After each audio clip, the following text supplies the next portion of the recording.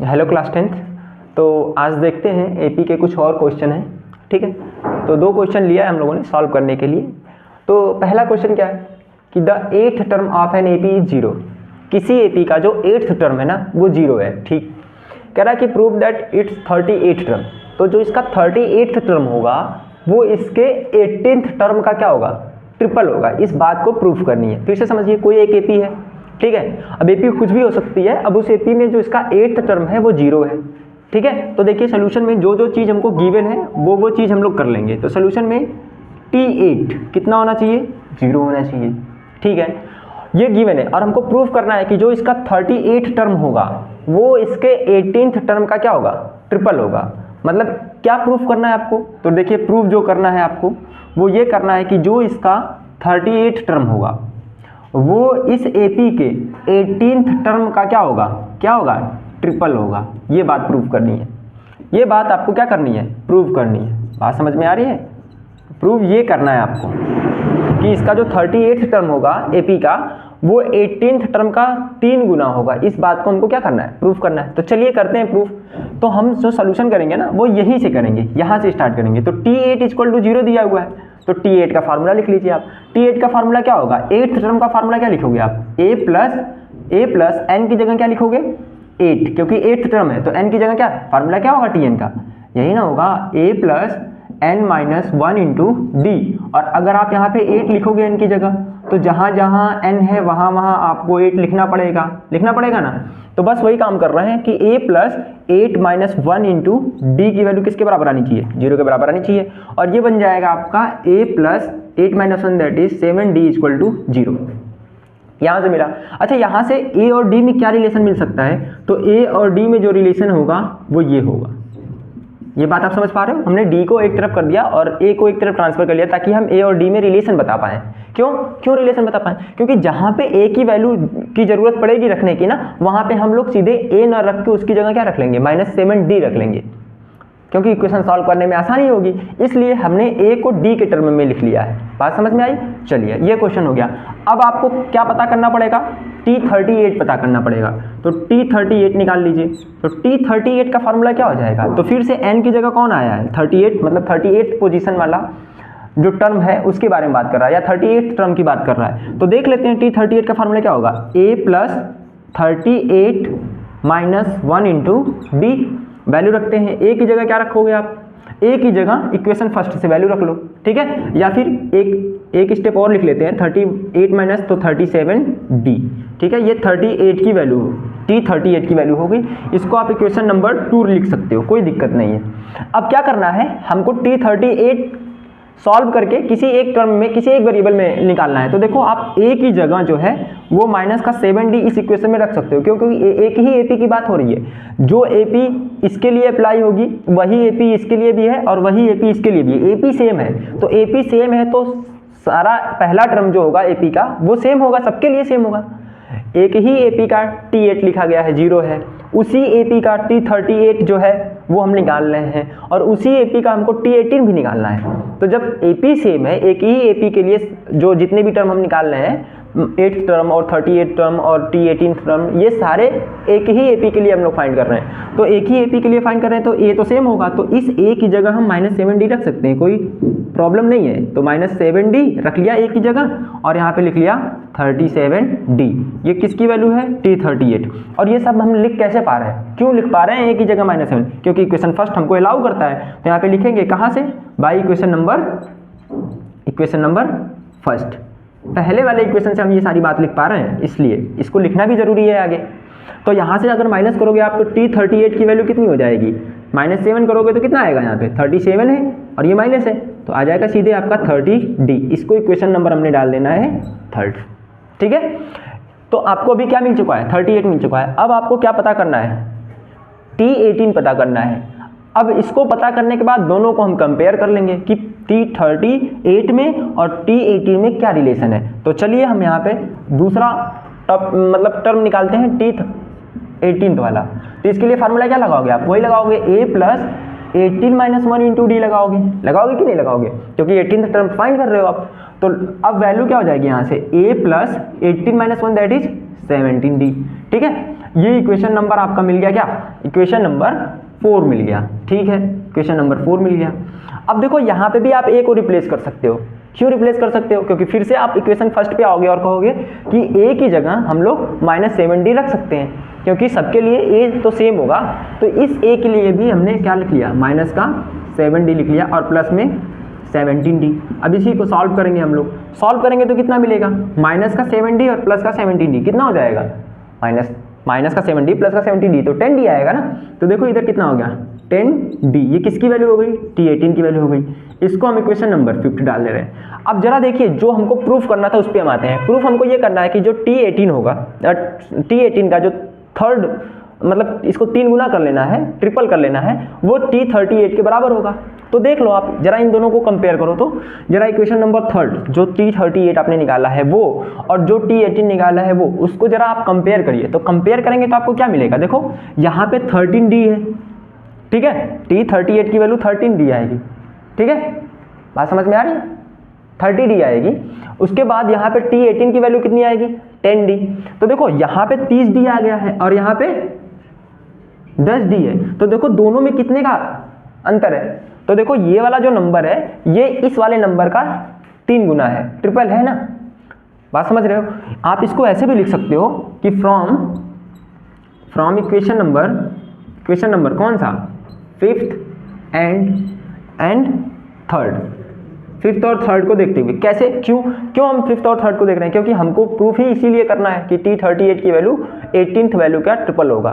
तो हमने वही काम किया, दोनों को कंपेयर कर लिया है। कंपेयर करेंगे तो क्या मिलेगा, देखो यहाँ पे जो t38 है वो क्या है 10d का, यहाँ पे 10d है, यहाँ पे 30d है। तो 10d से ये कितना गुना ज़्यादा है, 3 गुना ज़्यादा है। तो यहाँ से दोनों को कंपेयर करने के बाद हम लिख सकते हैं कि जो t38 है वो ना 3 टाइम्स है किसका, t18 का। बात समझ में आ रही है। ये आपका जो प्रूफ करना था वो आपको मिल गया है। आप कंपेयर कर लीजिए from equation number from equation number fifth and third. Fifth और थर्ड को देखते हुए हम लिख रहे हैं। ठीक है, तो ये आपका आंसर हुआ। ठीक है, या प्रूफ हो गया। चलिए अब देखते हैं नेक्स्ट क्वेश्चन पे आते हैं। नेक्स्ट क्वेश्चन क्या कह रहा है कि how many 2 digit number are divisible by 3। ऐसे कितने 2 डिजिट के नंबर होंगे जो 3 से डिवाइड हो जाएंगे। तो पहले हम 2 डिजिट का नंबर लिख लेते हैं। ठीक है, होंगे तो 2 डिजिट में बहुत सारे नंबर, क्योंकि 10 से स्टार्ट होंगे और 99 तक चलेंगे, लेकिन उसमें कुछ ही नंबर ऐसे होंगे जो 3 से डिवाइड हो पाएंगे। अब 3 से डिवाइड वाले जितने भी नंबर हैं, कितने नंबर हैं वही हमको पता करना है। तो कर लेंगे, सिंपल सी बात है ना, हमारे पास फार्मूला एपी का, उसी से पता करेंगे यार, कोई दिक्कत नहीं है। ठीक है, देखते हैं। तो एक बात बताओ, पहले कह रहा है कि how many 2 digit numbers are divisible by 3। हमको ऐसे नंबर बताने हैं जो 2 डिजिट में हो और 3 से क्या हो जाए, डिवाइड हो जाए। ठीक है, कोई दिक्कत नहीं। तो 2 डिजिट का नंबर शुरू कहाँ से होगा, तो 2 डिजिट का नंबर जो शुरू होगा वो 10 से होगा, फिर उसके बाद 11, फिर 12, फिर 13 है ना, 14, ऐसे डाट करते करते कहाँ तक चलेंगे हम लोग, 99 तक। ये सारे जो नंबर है ना ये 2 डिजिट के ही है। ठीक है, लेकिन इसमें सभी के सभी नंबर 3 से डिवाइड नहीं होंगे, 3 से डिवाइड नहीं होंगे। तो कैसे पता करेंगे कौन कौन सा होगा, तो किसी 1, 2 या 3 नंबर ऐसे पता कर लेते हैं जो 3 से डिवाइड हो जाए। तो जरा देखिए, क्या पहला नंबर 3 से डिवाइड होगा, नहीं होगा, ये 3 से डिवाइड। दूसरा नंबर भी 3 से डिवाइड नहीं होगा, हालांकि ये 2 डिजिट का है लेकिन 3 से डिवाइड नहीं है। और हमको तो ये पता करना है कि ऐसे कितने नंबर आएंगे 2 डिजिट में जो 3 से डिवाइड हो जाए। तो ठीक है, करते हैं हम। तो 10 नहीं होगा, 11 नहीं होगा, 12 होगा। इसका मतलब पहला जो नंबर मिल गया वो 12 है जो 2 डिजिट का है, और पहला नंबर है जो 3 से डिवाइड हो जाएगा। फिर उसके बाद 13 नहीं होगा, फिर 14 नहीं होगा, फिर इसके बाद कौन होगा, सीधे 15 आएगा, ये 3 से डिवाइड हो जाएगा। इसका मतलब कि आपको 2 डिजिट के सारे नंबर 3 से डिविजिबल नहीं होंगे, कुछ ही ऐसे नंबर हैं जो डिविजिबल होंगे। और वो नंबर कैसी एक सीरीज बना लेंगे। देखिए कैसे सीरीज बना लेंगे, देखो पहला जो नंबर है वो 12 होगा, दूसरा नंबर कितना आएगा 15। तो आप देख रहे हो कि हर नंबर जो नेक्स्ट वाला नंबर है वो अपने पहले वाले नंबर से 3 क्या है, ज़्यादा है। देखो 12, फिर उसके बाद 15, फिर उसके बाद ऐसा कौन सा नंबर होगा जो फिर से 3 से डिवाइड होगा। तो 12 के बाद 15 के बाद सीधे कौन मिलेगा, 18 मिलेगा। और डाट ऐसे करते करते और लास्ट वाला भी चेक कर लेते हैं कि क्या लास्ट वाला नंबर 3 से डिवाइड है। तो बिल्कुल डिवाइड है, जो 2 डिजिट का है। तो लास्ट वाला नंबर क्या हो जाएगा 99। अब देखिए, अगर आप देखेंगे इसको तो ये आपके पास क्या बन गया है, एक AP बन गया है। कैसे AP बन गया है जरा चेक कर लीजिए आप, कि जो पहला 2 डिजिट का नंबर था 3 से डिवाइड वो 12 है, उसके बाद सीधे 15 मिल रहा है, 3 का इंक्रीमेंट है, फिर उसके बाद 15 के बाद 18 मिल रहा है, फिर 18 के बाद क्या मिलेगा, फिर इसमें आप 3 ऐड कर लीजिए, फिर उसमें 3 ऐड करते जाइए, मतलब 3 का इंक्रीमेंट करते जाइए और आपको एक ऐसा सीरीज मिल जाएगा, ऐसे नंबरों का सीरीज मिल जाएगा जो क्या होगा 3 से डिवाइड होगा। इसका मतलब कि सब 2 टर्म के बीच में जितने भी टर्म मिलेंगे जो 3 से डिवाइड होंगे 2 डिजिट्स के, उनमें एक चीज तो कॉमन है। क्या कॉमन है कि नेक्स्ट वाला टर्म पहले वाले टर्म से 3 ज्यादा है नहीं, 3 का इंक्रीमेंट है।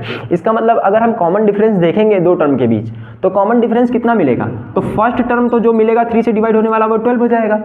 उसके बाद कॉमन डिफरेंस की वैल्यू कैसे निकालते हैं, प्रीवियस को माइनस कर लेते हैं अगले वाले टर्म से, तो अगले वाले टर्म से उसके पीछे वाले टर्म को क्या कर लीजिए, माइनस कर लीजिए, तो 15 माइनस 12 करोगे तो आप कितना मिलेगा, 3 मिलेगा। वैसे यहाँ चेक कर लो, 18 माइनस 15 करोगे तब भी 3 मिलेगा, और हमने कहा भी है कि 3 का डिफरेंस आएगा क्योंकि वो 3 से डिविजिबल है। अच्छा, यही क्वेश्चन अगर 4 से होता तो पहला नंबर ऐसा ढूंढते जो 2 डिजिट का होता और 4 से डिवाइड होता, तो 4 से डिवाइड होने वाला पहला नंबर कौन मिलेगा, 12 ही मिलेगा, लेकिन फिर उसमें ये वाला नंबर ना चेंज हो जाएगा, क्यों, ये 15 ना मिलकर 16 मिलेगा, तब 4 का इंक्रीमेंट होगा। बात समझ में आ रही है, तो वहां पे कॉमन डिफरेंस क्या आ जाएगा, 4 हो जाएगा। इसका मतलब एक चीज तो कंफर्म है कि अगर 3 से डिविजिबल कहेगा तो कॉमन डिफरेंस 3 मिलने वाला है, अगर 4 से डिविजिबल कहेगा तो कॉमन डिफरेंस 4 मिलने वाला है, अगर 6 से डिविजिबल कहेगा तो कॉमन डिफरेंस 6 मिलेगा, क्योंकि उतना ही नंबर इंक्रीज करता जाएगा हर एक टर्म में। ठीक है, आप उतना नंबर हर एक टर्म में ऐड करते जाइए, आपको कौन कौन से नंबर ऐसे हैं जो डिवाइड होंगे वो पता चल जाएंगे। तो ठीक है, A हो गया हमारा 12 और D हो गया 3। अब हमको ये नहीं पता करना है, हमको ये पता करना है कि इसमें टर्म कितने हैं, मतलब कितने ऐसे नंबर हैं जो 3 से डिवाइड होंगे। तो पहला नंबर 12 है, दूसरा नंबर 15 है, तीसरा नंबर जो है वो 18 है, 3 नंबर, फिर ऐसे चौथा नंबर आएगा क्या, 18 के बाद 21 आएगा, फिर ऐसे ऐसे करते करते 99 किसी न किसी पोजीशन पे आएगा, मतलब इसकी कोई ना कोई पोजीशन होगी ना यार। देखो, पहली पोजीशन होगी, दूसरी पोजीशन हो गई, तीसरी पोजीशन, ऐसे चौथी, पांचवी, ऐसे करते करते किसी न किसी पोजीशन पे कौन आएगा, 99 आएगा। तो हमको पता नहीं है किस पोजीशन पे आएगा, तो जब नहीं पता है तो उसको हम लोग को क्या कर लेना है, लेट कर लेना है। तो लेट कर लेते हैं कि ये जो है ना, ये वाला 99 ये किस पोजीशन पे आ रहा है, nth पोजीशन पे आ रहा है। इसकी पोजीशन क्या है, nth पोजीशन है, या हम इसको कह सकते हैं कि ये कौन सा टर्म है, nth टर्म है।